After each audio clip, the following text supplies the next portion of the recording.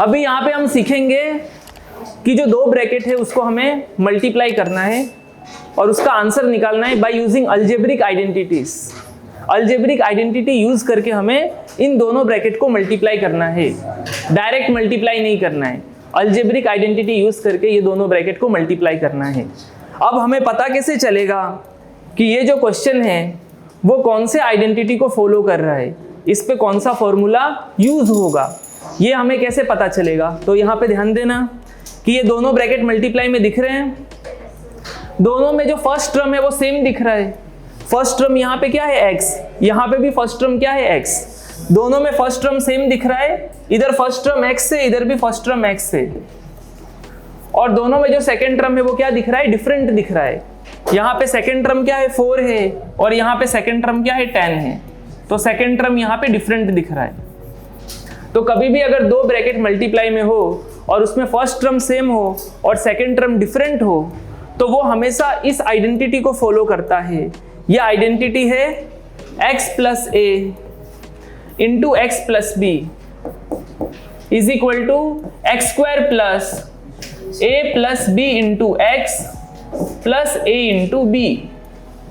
यहाँ पे भी तुम देखो तो ये दोनों ब्रैकेट जो मल्टीप्लाई है इसमें पहला टर्म सेम है, इधर फर्स्ट टर्म x है, इधर भी फर्स्ट टर्म x है, और दोनों में सेकंड टर्म क्या है, डिफरेंट है। यहाँ पे सेकंड टर्म a है, यहाँ पे सेकंड टर्म क्या है, b है। तो फर्स्ट टर्म दोनों में सेम है, सेकंड टर्म डिफरेंट है, तो वो हमेशा इसी आइडेंटिटी को फॉलो करेगा। ये कौन सी आइडेंटिटी है, x plus a into x plus b. ये किसके इक्वल होगा, x square plus a plus b into x plus a into b. आया समझ में ये। तो यहाँ पे देखो x है, x के प्लेस पे क्या दिया है, x प्लस प्लस a के प्लेस पे क्या दिया है 4, फिर x है, x के प्लेस पे क्या दिया है x प्लस प्लस b के प्लेस पे क्या दिया है 10। तो ये इसके इक्वल है, तो हमें इसको भी ये वाले फॉर्म में लाना है। तो यहाँ पे है एक्स स्क्वायर, x के प्लेस पे x है सो एक्स स्क्वायर, ठीक है, एक्स स्क्वायर, x के प्लेस पे यहाँ पे क्या है x ही है, तो x के प्लेस पे इधर भी x ही रहेगा, एक्स स्क्वायर यानी x square plus a plus b, a क्या है 4 प्लस b यहाँ पे क्या है 10 इंटू x, तो x के प्लेस पे क्या है x है, प्लस a इंटू b, तो a है यहाँ पे 4 इंटू b क्या है यहाँ पे 10। आया समझ में कि मैंने ये वाला फॉर्म लिखा है, बस x के प्लेस पे x लिया है, a के प्लेस पे 4 लिया है और b के प्लेस पे 10 लिया है, ठीक है। सो एक्स स्क्वायर प्लस 4 प्लस 10 कितना होगा 14 इंटू एक्स प्लस 4 10 जा 40। So this is the answer. आया समझ में ये कि कभी भी दो ब्रैकेट मल्टीप्लाई में होगा, दोनों में फर्स्ट टर्म सेम होगा, सेकंड टर्म डिफरेंट होगा, तो वो हमेशा इस फॉर्मूले को फॉलो करेगा, ठीक है। अब देखो क्वेश्चन नंबर 2, यहाँ पे भी दो ब्रैकेट मल्टीप्लाई में है, इसमें लिखा है x प्लस 8, इसमें लिखा है x माइनस 10। तो देखो दोनों में फर्स्ट टर्म सेम है, इधर x है, इधर भी क्या है x है, और सेकंड टर्म क्या है यहाँ पे डिफरेंट है, यहाँ पे 8 है, वहां पे क्या है 10 है। आया समझ में, सेकंड टर्म डिफरेंट है। भले बीच में साइन कुछ भी हो, प्लस हो या माइनस हो, उससे फर्क नहीं पड़ता, बस ये ध्यान देना पहला टर्म सेम है और सेकंड टर्म डिफरेंट है, भले बीच में प्लस या माइनस का साइन हो, उससे फर्क नहीं पड़ता, ये इसी आइडेंटिटी को फॉलो करने वाला है। आया समझ में। चलो अब यहाँ पे थोड़ा ध्यान देना, x है तो x के प्लेस पे x है, प्लस प्लस a है तो a के प्लेस पे क्या है 8 है, x है तो x के प्लेस पे x है। अब यहाँ पे प्लस है और यहाँ पे क्या है माइनस है, फॉर्मूले में प्लस है पर क्वेश्चन में इधर क्या दिया है माइनस दिया है, ठीक है। तो फॉर्मूले में प्लस है तो मुझे यहाँ पे भी प्लस लाना पड़ेगा, तो क्या करेंगे कि ये जो माइनस में जो दिया है तो माइनस वाले को ब्रैकेट में पुट करके उसके बाजू में प्लस लगा देंगे। तो यहाँ पे लिखेंगे x plus 8 into x minus 10 को ब्रैकेट में पुट करके यहाँ पे लगा दो प्लस, तो अभी प्लस इंटू माइनस क्या होगा माइनस होगा, कोई फर्क पड़ा क्वेश्चन में नहीं। अब यहाँ पे देखो इधर x है तो इधर x के प्लेस पे x है, प्लस है a है, a के प्लेस पे 8 है, फिर यहाँ पे x है तो x के प्लेस पे x है, फिर इधर प्लस है, अब इधर भी प्लस दिख रहा है, फिर इधर b है तो b के प्लेस पे क्या है -10। आया समझ में ये? तो इसमें अगर यहाँ पे फॉर्मूले में प्लस हो और इधर क्वेश्चन में माइनस हो तो माइनस वाले को ब्रैकेट में पुट करके बाजू में क्या लगा देना, प्लस। आया समझ में? क्योंकि यहाँ पे प्लस इंटू माइनस क्या हो जाता है, माइनस। चलो अब ये किसके इक्वल है, इसके, तो इसको भी ये वाले फॉर्म में लाओ। एक्स स्क्वायर, एक्स के प्लेस पे एक्स है तो एक्स स्क्वायर प्लस ए प्लस बी, तो ए के प्लेस पे क्या है 8 प्लस बी के प्लेस पे क्या है -10, फिर इंटू एक्स, तो इंटू एक्स के प्लेस पे एक्स है, फिर प्लस ए इंटू बी, तो प्लस ए के प्लेस पे 8 है, इंटू बी के प्लेस पे क्या है -10। आया समझ में ये कि मैंने यही वाला लिखा है, x के प्लेस पे x रहने दिया, a के प्लेस पे 8 और b के प्लेस पे -10। X square plus 8 plus into minus क्या होगा -10 इंटू एक्स। अब ये दोनों मल्टीप्लाई में है, 8 इंटू 10 कितना होगा 80 प्लस इंटू माइनस क्या होगा माइनस, तो एक्स स्क्वायर प्लस 8 माइनस 10 कितना होगा -2, ठीक है, -2 इंटू एक्स और आगे है -80, सो एक्स स्क्वायर। अब यहां पे 2 इंटू एक्स है तो 2 इंटू एक्स क्या होगा 2x प्लस इंटू माइनस क्या होगा माइनस और आगे है -80। So this is the answer. आया समझ में ये कि दो ब्रैकेट मल्टीप्लाई में होगा, पहला टर्म सेम होगा, सेकंड टर्म डिफरेंट होगा, तो वो हमेशा इस आइडेंटिटी को फॉलो करता है। आया समझ में ये वाला क्वेश्चन? किस किस को समझ में आ गया? चलो गुड।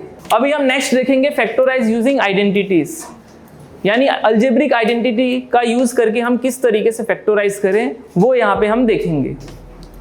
तो अभी फैक्टराइजेशन में हमारा यहाँ पे एक्सप्रेशन दिया है 9x square plus 6xy plus y square. अब इसको फैक्टराइज करना है, वो भी अलजेब्रिक आइडेंटिटी यूज करके। तो यहाँ पे कितने टर्म है? 3 टर्म्स है, ये फर्स्ट टर्म, ये सेकेंड टर्म, ये थर्ड टर्म। कितने टर्म है यहाँ पे? 3 टर्म्स है, ठीक है। तो कभी भी 3 टर्म्स वाला अगर फैक्टराइजेशन आएगा तो हमें क्या करना है कि सबसे पहले ये देखना है कि जो फर्स्ट और लास्ट टर्म है उसको कंप्लीटली स्क्वायर वाले फॉर्म में कन्वर्ट कर देना। फर्स्ट और लास्ट वाले टर्म को कंप्लीटली स्क्वायर वाले फॉर्म में कन्वर्ट कर देना, क्योंकि ज़्यादा चांस ये होता है कि ये इस आइडेंटिटी को फॉलो करता है, that is a square plus 2ab plus b square, और ये किसके इक्वल होता है? a प्लस b का होल स्क्वायर। अगर यहाँ पे दोनों में प्लस रहा तो, और यहाँ पे बीच में माइनस रहा तो ज़्यादा चांस ये होता है कि ये इस आइडेंटिटी को फॉलो करता है, a square minus 2ab plus b square, और ये किसके इक्वल होता है? a माइनस b का होल स्क्वायर। तो हमें करना ये है कि ये जो फर्स्ट और लास्ट टर्म है इसको हमें कंप्लीटली स्क्वायर वाले फॉर्म में कन्वर्ट कर देना है, ठीक है। पहले तो ये कर लेना है। तो देखो 9 किसका स्क्वायर होता है? 3 का। x किसका स्क्वायर होता है? x का। तो 9x स्क्वायर को हम लिख सकते हैं 3x का होल स्क्वायर। 3 का स्क्वायर 9 और x का स्क्वायर x स्क्वायर। y किसका स्क्वायर होगा? y का। तो अब यहाँ पे a स्क्वायर है तो a के प्लेस पे क्या है? 3x का स्क्वायर। यहाँ पे प्लस b स्क्वायर है तो b के प्लेस पे क्या है? y स्क्वायर है। बीच में यहाँ पे क्या है? 2ab, तो बीच में जो ये 2ab वाला टर्म है वो हमें खुद से जनरेट करना है और चेक करना है कि ये बीच वाला इस बीच वाले के इक्वल है कि नहीं है। अगर दोनों में मिडिल टर्म अगर मैच किया तो ये फॉर्मूला इस पे लगेगा, और अगर दोनों में मिडिल टर्म मैच नहीं किया तो फिर ये फॉर्मूला इस पे नहीं लगेगा। आया समझ में? तो ये मिडिल टर्म जो है प्लस 2ab, ये वाला हमें खुद से यहाँ पे जनरेट करना है। तो प्लस 2 इंटू a क्या है? 3x इंटू b क्या है? y। अब इसको सॉल्व करके देखो क्या ये सच में इस मिडिल टर्म के इक्वल है? 2 3 जा 6, x इंटू वाई क्या होगा xy, 6xy। तो ये मिडल वाला मैच कर रहा है, तो मतलब ये फॉर्मूला इस पे लगेगा, ये एक्सप्रेशन इसी आइडेंटिटी को फॉलो कर रहा है। आया समझ में? चलो a स्क्वायर, तो a के प्लेस पे 3x है, 3x स्क्वायर प्लस 2ab, तो प्लस 2 इंटू a के प्लेस पे 3x और b के प्लेस पे y प्लस b स्क्वायर, तो b के प्लेस पे y तो y स्क्वायर। ये किसके इक्वल है? a प्लस b का होल स्क्वायर। a के प्लेस पे 3x प्लस b के प्लेस पे y, इसका हो जाएगा whole square. This is the answer. आया समझ में? चलो ये वाला, इसमें भी हमें वही करना है कि जो फर्स्ट टर्म और लास्ट टर्म है उसको कंप्लीटली स्क्वायर वाले फॉर्म में पहले कन्वर्ट कर देना है। 4 किसका स्क्वायर होगा? 2 का। y किसका स्क्वायर होगा? y का। 2 का स्क्वायर 4 और y का स्क्वायर y स्क्वायर। 1 है यहाँ पे, 1 किसका स्क्वायर होता है? 1 का। अगर यहाँ पे 4 होता तो 4 किसका स्क्वायर होता? 2 का। 9 होता तो 9 किसका स्क्वायर होता? 3 का। चलो a स्क्वायर, a के प्लेस पे 2y है तो 2y square plus b square, तो b के प्लेस पे क्या है? 1, तो 1 स्क्वायर। बीच में क्या है? माइनस 2ab, तो बीच वाला जो टर्म है माइनस 2ab वो खुद से जनरेट करना है। सो माइनस 2 इंटू a है 2y इंटू b क्या है? 1। अब चेक करो कि ये दोनों बीच वाले मैच कर रहे हैं। अगर मैच कर रहे हैं तो ये फॉर्मूला इस पे लगेगा, अगर बीच वाला मैच नहीं कर रहा है तो ये फॉर्मूला इस पे नहीं लगेगा। 2 2 जा 4, y इंटू 1 क्या होगा? y। मैच कर रहा है तो ये फॉर्मूला इस पे लगेगा। तो मतलब ये वाला जो एक्सप्रेशन है वो इसी को फॉलो कर रहा है। किसके इक्वल है ये? a माइनस बी का होल स्क्वायर, तो a के प्लेस पे 2y माइनस b के प्लेस पे 1, इसका कर दो whole square. This is the answer. आया समझ में? तो कभी भी 3 टर्म दिया होगा फैक्टराइजेशन में तो पहले और लास्ट वाले को कंप्लीटली स्क्वायर वाले फॉर्म में कन्वर्ट कर लेना, फिर बीच में जो 2ab का जो फॉर्म आता है वो खुद से जनरेट करके चेक करना कि अगर मिडिल टर्म क्वेश्चन के मिडिल टर्म के साथ मैच कर रहा है तो यानी कि ये फॉर्मूला उस पे लगेगा, और अगर मैच नहीं कर रहा है तो ये वाला फॉर्मूला हम फिर उस पे नहीं लगा सकते। समझ में आया ये?